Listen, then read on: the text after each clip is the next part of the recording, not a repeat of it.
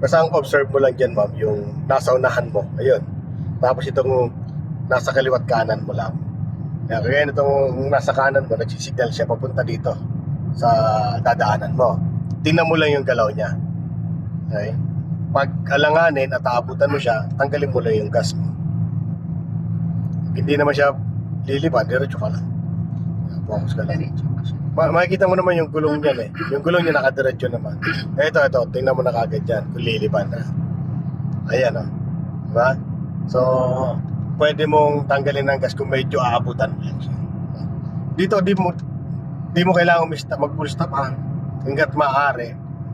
Ang gawin mo lang, tanggal ang gas o kaya alalay lang, counting brake lang. Konti lang. No? Pag kailangan talaga mag-full stop, susmooth lang yung pag-apak ng brake. May katabi kang bus na malaki, so huwag kang mag-rattle niya. Bayaan mo siya, may kanyang lane din naman yan eh. So focus ka lang sa lane mo. Tapos doon sa speed mo syempre.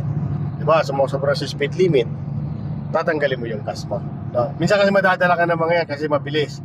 Ngayon, syempre, parang gusto mo sabayan. Parang di mo naman sinasadya, pero napapadiin yung gas mo. Kasi parang ang bagal. Parang pakiramdam yung bagal. Pero mabilis niya.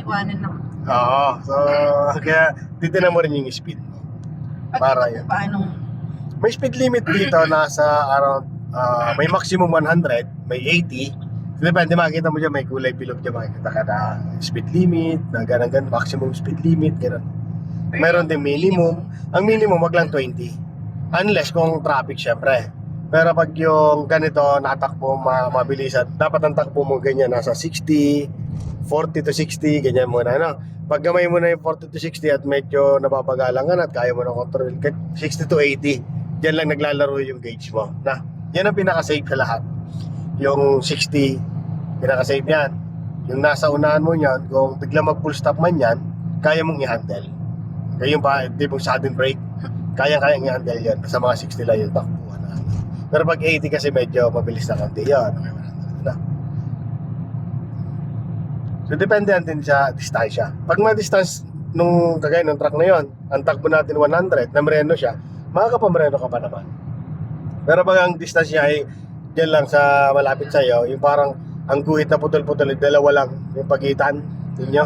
So pag namreno yon at bigla di ka naka-attention sa kanya, di ka so, pwedeng maabutan mo.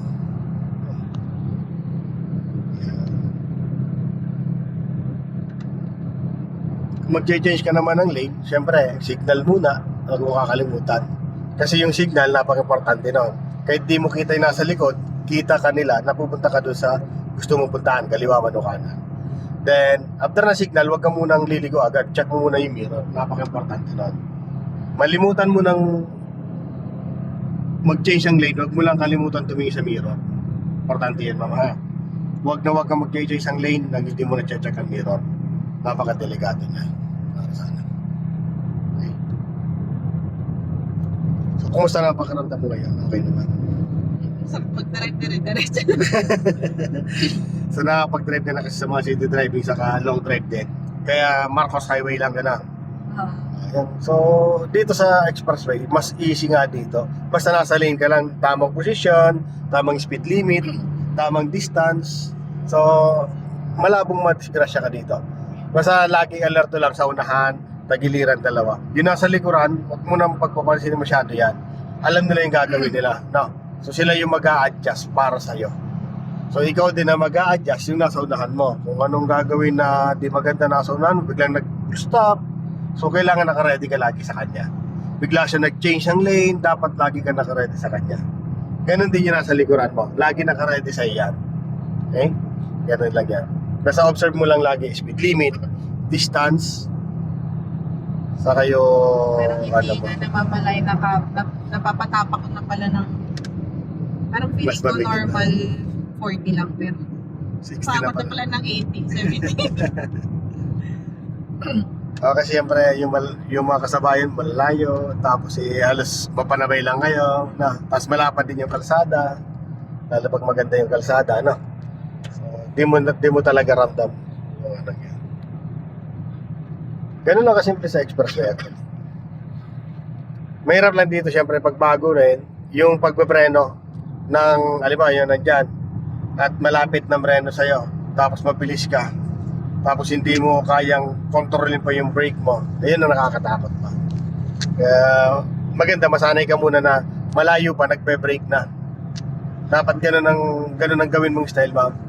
Malayo pa, nakita mo na mula ng putan ng sakyan, tanggal ang gas, then posisyon na agad sa brake, then alalay ng konting brake na agad. No?